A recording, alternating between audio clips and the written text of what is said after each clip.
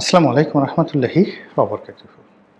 সম্মানিত দর্শক, নোবেল বিজয়ী ডক্টর মোহাম্মদ ইউনূস সাবেক প্রধান উপদেষ্টা, তিনি কি যে কোনো ফর্মে, যে কোনো উপায়ে, যে কোনো পদ্ধতিতে আবার ক্ষমতায় ফিরে আসতে পারেন?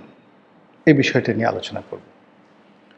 আপাত দৃষ্টিতে এটিকে আপনাদের কাছে অসম্ভব মনে হতে পারে, কিন্তু রাজনীতিতে শেষ বলে কোনো কথা নাই, অসম্ভব বলে কোনো কথা নাই। তিনি ফিরে আসতে পারেন নানা উপায়ে। প্রথমত ইতিবাচক অর্থে বলি, তারেক রহমান সাহেব তাকে রাষ্ট্রপতি পদে নিয়োগ দিতে পারেন,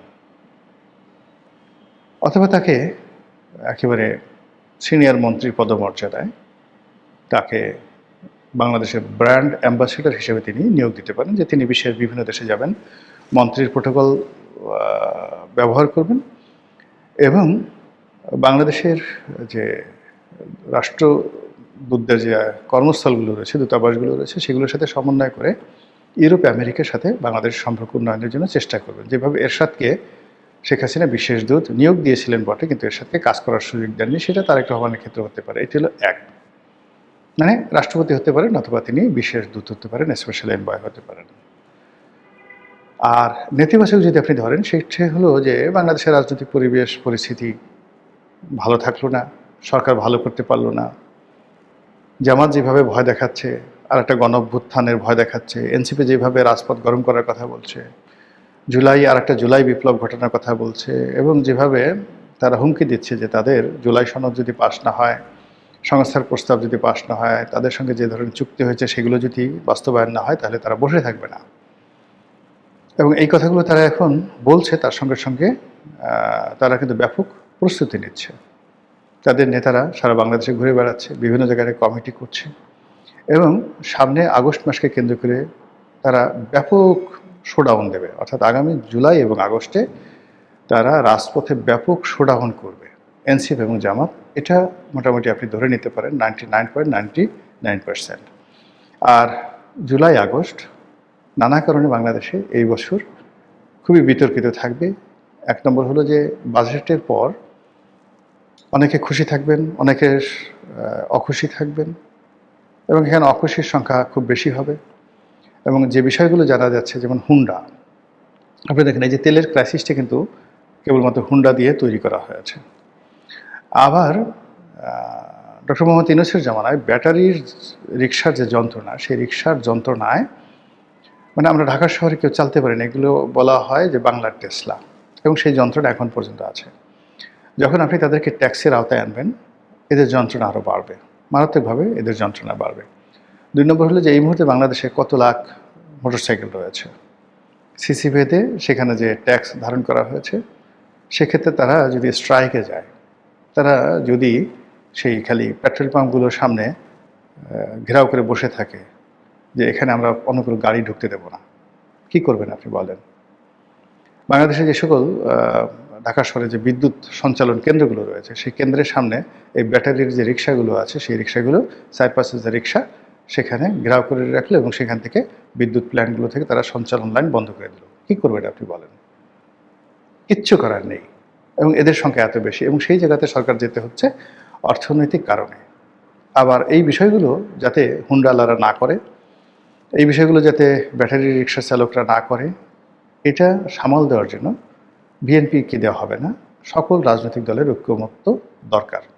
এবং এটাকে বাংলাদেশের, যেমন এখন বাংলাদেশে হাম নিয়ে, অর্থনৈতিক সংকট নিয়ে আমার কাছে মনে হচ্ছে জরুরি অবস্থা জারি করার পর্যায়ে চলে গেছে। এটা লুকানোর কিছু নেই।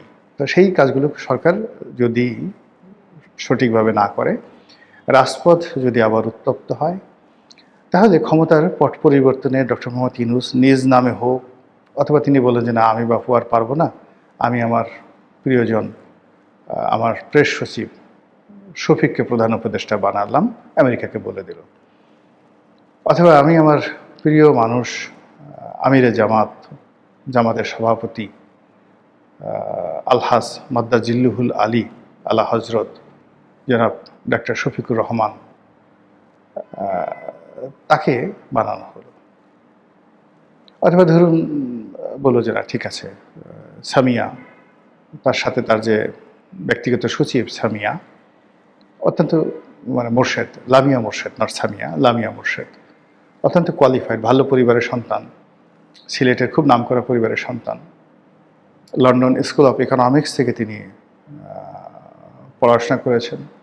কাজে লামিয়াকে প্রধান উপদেষ্টা বানানো হোক, অথবা লুৎফে সিদ্দিককে বানানো হোক, একেবারে আর কিছু যদি না হয়, সরকারের মধ্যে আছে যদি এখন বর্তমান পররাষ্ট্রমন্ত্রী তাকে, তারপরে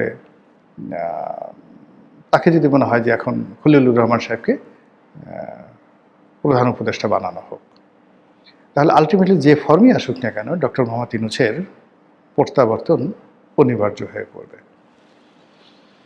সেক্ষেত্রে কি হতে পারে পরিবেশ এবং পরিস্থিতি ভাবাই যায় না। আর এটা যে হবে না তাও বলা যাচ্ছে না। এর কারণ হলো যে প্রথম ক্ষমতা হারানোর পর তারা মোটামুটি 2 সপ্তাহ চুপচাপ ছিলেন, কিন্তু এখন তারা কেউ, তাদের যত রকম লোকজন আছেন, তাদের সেই মনির হায়দার, এখন মনির হায়দার বলতে গেলে 1 ডজন মন্ত্রীর উপরে প্রভাব বিস্তার করছেন। মানে শিক্ষামন্ত্রী এহসানুল হক মিলনের অত্যন্ত ঘনিষ্ঠ বন্ধু। এর বাইরে অন্যান্য যে সকল মন্ত্রী রয়েছেন তারাও যে ডক্টর মোহাম্মদ ইউনূসের বিশেষ সহকারী ছিলেন মনির হায়দার, সাংবাদিক মনির হায়দার, প্রবাসী সাংবাদিক। সেই মনির হায়দারের যে দাপট, তার যে প্রভাব প্রতিপত্তি এখন 20 থেকে 25 জন মন্ত্রীর চাইতে অনেক বেশি। It means doctor Mohammad Yunus এবং আমেরিকার প্রভাব যায়নি। এখন মনির হায়দারকে যারা ভয় পাচ্ছেন, পাত্তা দিচ্ছেন, সম্মান করছেন, কাছে ভিড়তে দিচ্ছেন, এমনকি বিএনপি তাদের যে ক্রোড়পত্র বের করে বিশেষ দিন উপলক্ষে, তাদের যে বিশেষ ক্রোড়পত্র, সেখানে মনির হায়দারের লেখা থাকে। তো বোঝার চেষ্টা করেন যে মনির হায়দার এখন সরকারের কাছে মাহফুজ আনাম, মতিউর রহমান, আবার ওই যে মতিউর রহমান চৌধুরী যিনি আছেন তিনি, এরকম যে সমস্ত লোকজন এখন তারেক রহমান সাহেবের খুব ঘনিষ্ঠ হয়ে পড়েছেন, এমনকি আবদুল্লাহ আবু সাইদ সাহেব আছেন, তাদের চাইতেও মনির হায়দার এখন প্রভাবশালী হয়ে পড়েছেন। এই কারণে যে তার সঙ্গে আমেরিকার ভালো সম্পর্ক আছে বলে লোকজন বিশ্বাস করছে, তার সঙ্গে ডক্টর মোহাম্মদ ইউনূসের ভালো সম্পর্ক আছে। এছাড়া অন্য কোনো কারণ তো নেই। There is no reason at all. আবার মনির হায়দারের সাথে যে সকল সাংবাদিকদের, মানে তারা এখন অনেকেই সাংবাদিক না কিন্তু সাংবাদিক নামধারী, তাদের ভালো সম্পর্ক রয়েছে, তারাও এখন বাংলাদেশে যে কোনো আমির ওমরার চাইতে ক্ষমতাধর। তাদের কোনো চাকরি নাই, কিন্তু তারা দিদারসে ঘুরছে, সরকারকে রিপ্রেজেন্ট করছে, সরকারের পক্ষে কথাবার্তা বলছে। বরং এদের এই যে উপস্থিতি এবং এরা সবাই ইউরোপ প্রবাসী, এরা সবাই আমেরিকা প্রবাসী, এবং এদের এই যে ক্ষমতা, ইট মিনস আমেরিকার প্রভাব ক্রমশ বাড়ছে। তো আপনার যখন, আমার ব্যক্তিগত জীবন নয়, আপনাদের জীবনে এটা ঘটছে যে ক্ষমতাধরদের লোকদের আসলে মন মানসিকতা মেনটেন করা বা তাদের সাথে কমপ্লাই করা খুব কঠিন একটা বিষয়। ক্ষণে ক্ষণে রাজার সাথে সম্পর্ক থাকলেই আপনার গলার উপরে তলোয়ার সবসময় আপনার গর্দানের উপরে ঝুলতে থাকবে। তো এই হলো অবস্থা। তো সেক্ষেত্রে ধরেন তারেক রহমান এখন ক্ষমতাধর লোকজন আছেন, তার সঙ্গে সম্পর্ক রক্ষা করাটা এত সোজা বিষয় নয়। এটা তার বিষয় না, যারা তার সঙ্গে সম্পর্ক স্থাপন করবেন বা করে চলছেন, এটা অনেকটা বিশাল, মানে সূর্যের কাছাকাছি যাওয়া মানে বিরাট ব্যাপার। একইভাবে তারেক রহমান সাহেবের যে ক্ষমতা, তার চেয়ে 100 গুণ ক্ষমতা, কোটি কোটি গুণ ক্ষমতা, বিলিয়ন বিলিয়ন ট্রিলিয়ন ক্ষমতা আমেরিকার এবং ডোনাল্ড ট্রাম্পের। ফলে এই পাগলা ট্রাম্প কখন যে কি করে, কখন যে কোন সিদ্ধান্ত নেয়, তার বন্ধু বানাতে দেরি লাগে না, শত্রু বানাতে দেরি লাগে না, সিদ্ধান্ত পরিবর্তন করতে দেরি লাগে না, বোমা মারতে দেরি লাগে না, পা ধরতে দেরি লাগে না। তো এরকম একজন উন্মাদ যখন আমেরিকার প্রেসিডেন্ট, তো সেই আমেরিকা যখন বাংলাদেশ নিয়ে খেলছে, এতে কোনো সন্দেহ নাই সেই খেলার ক্ষেত্রে যে কোনো সময় দাবার ছক পরিবর্তন হয়ে যেতে পারে। যে কোনো সময় ডক্টর মোহাম্মদ ইউনূসের ভাগ্য আবার খুলে যেতে পারে। যে কোনো সময় আওয়ামী লীগের কপাল খুলে যেতে পারে। যে কোনো সময় তারেক রহমান সাহেবের কপাল খুলে যেতে পারে, আবার সবার কপাল একসাথে পুড়ে যেতে পারে। তবে এখন লক্ষণ যেটা দেখছি সেটি হলো সরকারকে চাপে রাখা হচ্ছে, সরকারকে ভয় দেখানো হচ্ছে।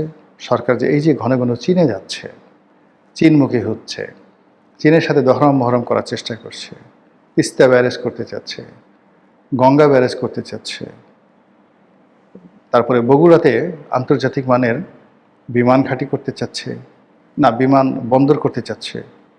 বগুড়া আন্তর্জাতিক বিমানবন্দর, যেটা বাংলাদেশের সবচেয়ে ভালো বিমানবন্দর হবে বলে সবাই আশঙ্কা করছেন। এর কারণ হলো এই আন্তর্জাতিক বিমানবন্দরে চীনের বিমানগুলো সরাসরি চীনের প্রেসিডেন্ট ইচ্ছা করলে বগুড়া আসতে পারে। আর বগুড়া একটা সময় তো বাংলাদেশের রাজধানী ছিল। তো সেই বগুড়ার মহাস্থানগড়, পুণ্ডবর্ধন, পুণ্ডনগরী, এগুলো তো ঐতিহ্যবাহী। আর বগুড়া থেকে একটু সামনে গিয়ে চাঁপাইনবাবগঞ্জ যদি আপনি যান উত্তরবঙ্গে, সেখানে বহুকাল প্রায় 300 ইয়ার্স ওখানে বাংলার রাজধানী ছিল। আলাউদ্দিন হোসেন শাহ, যে হোসেন শাহী বংশের রাজধানী, সেটা ওখানে ছিল। ওখানে সেই কি বলবো, যে ওই যে ছোট সোনা মসজিদ, ওই সুলতানি আমলের নিদর্শন। তো কাজে ওই এলাকাকে কেন্দ্র করে একটা নতুন রাজনীতির বলয় হতে পারে। সেখানে এই বলয়টা তৈরি করার জন্য সেখানে চীনের উপস্থিতি দরকার, এবং চীনের সেই বিমান ঘাঁটি, চীনের সেই 1000 শয্যা বিশিষ্ট হাসপাতাল, এগুলোকে কেন্দ্র করে উত্তরবঙ্গের এই এলাকাতে যত বেশি বাংলাদেশ তার সামরিক শক্তি বাড়াবে, রাজনৈতিক শক্তি বাড়াবে, ততই ভারতের রীতিমতো তছনছ হয়ে যাবে। আপনারা জানেন যে এই সময়টাতে উত্তরবঙ্গের এখন ঠিক কোন এলাকাতে শশাঙ্কের রাজধানী ছিল আমরা বলতে পারি না, তবে উত্তরবঙ্গের দিনাজপুর বা রংপুর বা এই যাকে বলা হয় বগুড়ার কোনো একটা অঞ্চলে শশাঙ্কের রাজধানী ছিল, এবং শশাঙ্কের এই রাজধানীর থাকার কারণে এখান থেকে পুরো উত্তর ভারত তিনি দখল করে ফেলেছিলেন, একদম দিল্লি পর্যন্ত, হরিয়ানা পর্যন্ত তিনি অধিকার করে ফেলেছিলেন। তো সেই জমানা আবার যে আসবে না ইতিহাসে, এটা কিন্তু ভারত জানে যে এটা এনি টাইম এটা ঘটতে পারে। একজন মানুষ, এখন তারেক রহমান সাহেব যে বাংলার নতুন শশাঙ্ক হবেন না এটা বলা যায় না।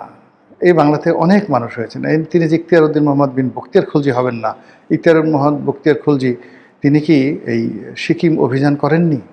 তিনি পারেননি, কিন্তু সিকিম পর্যন্ত যাওয়ার আগে যত জায়গা আছে সব তো তিনি তছনছ করেছেন, সবগুলো তিনি জয়লাভ করেছেন। তো তারেক রহমান সাহেব তো এটা হতে পারে। তো এইটাকে কেন্দ্র করে ভারত তো বসে নাই, তারা চক্রান্ত করছে।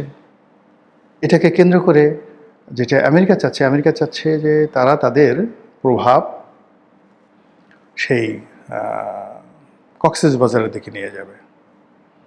আর তারেক রহমান সাহেব এবং চায়না তারা চাচ্ছে উত্তরবঙ্গে, দক্ষিণবঙ্গ বাদ দিয়ে উত্তরবঙ্গে। আর কক্সবাজার মানে ওই পুরো অঞ্চলটা, কক্সবাজার থেকে শুরু করে আপনি যদি সমুদ্রের তীর হয়ে নোয়াখালী আসেন, তারপর পটুয়াখালী যান, এরপরে কুয়াকাটা যান, এরপরে গোপালগঞ্জ যান, এই এলাকাকে কেন্দ্র করে শেখ হাসিনার একটা যে মাস্টার প্ল্যান ছিল, ভারতের মাস্টার প্ল্যান ছিল সেই, এবং আমেরিকার মাস্টার প্ল্যান ছিল তার অ্যাগেনস্টে বগুড়াকে কেন্দ্র করে, উত্তরবঙ্গকে কেন্দ্র করে এই যে নতুন যে মাস্টার প্ল্যান হচ্ছে, সেই মাস্টার প্ল্যানে মার্কিন ডিপ স্টেটের যারা এজেন্ট, তারা যদি ক্ষেপে যায়, রাগ হয়ে যায়, তারা যদি তাদের সেই যে অতীত কর্মকাণ্ড সেটাকে আরও শক্তিশালী করে, তাহলে এই যে ডক্টর মোহাম্মদ ইউনূসকে নিয়ে যে কথাগুলো বললাম, এটা কি খুব বেশি অবাস্তব আর অসম্মান মনে হতে পারে? যখন ডক্টর মোহাম্মদ ইউনূস শেখ হাসিনার জামানাতে মজলুম ছিলেন, সেই অবস্থায় তিনি বাংলাদেশের প্রধান উপদেষ্টা হবেন এটা পাগলও কল্পনা করেনি। আর এখন তিনি প্রধান উপদেষ্টা হয়েছেন, এখনও তিনি ভিভিআইপি প্রোটোকলে দেশে ভিতরে এবং বাইরে ঘুরে বেড়াচ্ছেন। এখনও পর্যন্ত তার চেহারা নষ্ট হয়নি, কথা নষ্ট হয়নি, তিনি আগের মতো হাসছেন, আগের মতো শক্তিমত্তা প্রদর্শন করছেন। তার যারা লোকজন রয়েছেন তারাও বুক ফুলিয়ে হাঁটছেন, এবং তার যে সকল আমেরিকান যারা লোকজন রয়েছেন, মনির হায়দার, তারপরে বদিউল আলম মজুমদার, এরপর আলী রিয়াজ সাহেব, তারা সবাই আবার নতুন করে প্রজেক্ট 007 সামনে নিয়ে তারা কথাবার্তা বলে যাচ্ছেন, সরকারকে হুমকি দিচ্ছেন, ধামকি দিচ্ছেন, সংস্কারের কথা বলছেন। হোয়াট ডাজ ইট মিন? ডাল মে কুছ কালা হ্যায়। মহান আল্লাহ আমাদের সবাইকে হিদায়াত দান করুন এবং হেফাজত করুন। আসসালামু আলাইকুম ওয়া রাহমাতুল্লাহি ওয়া বারাকাতুহু।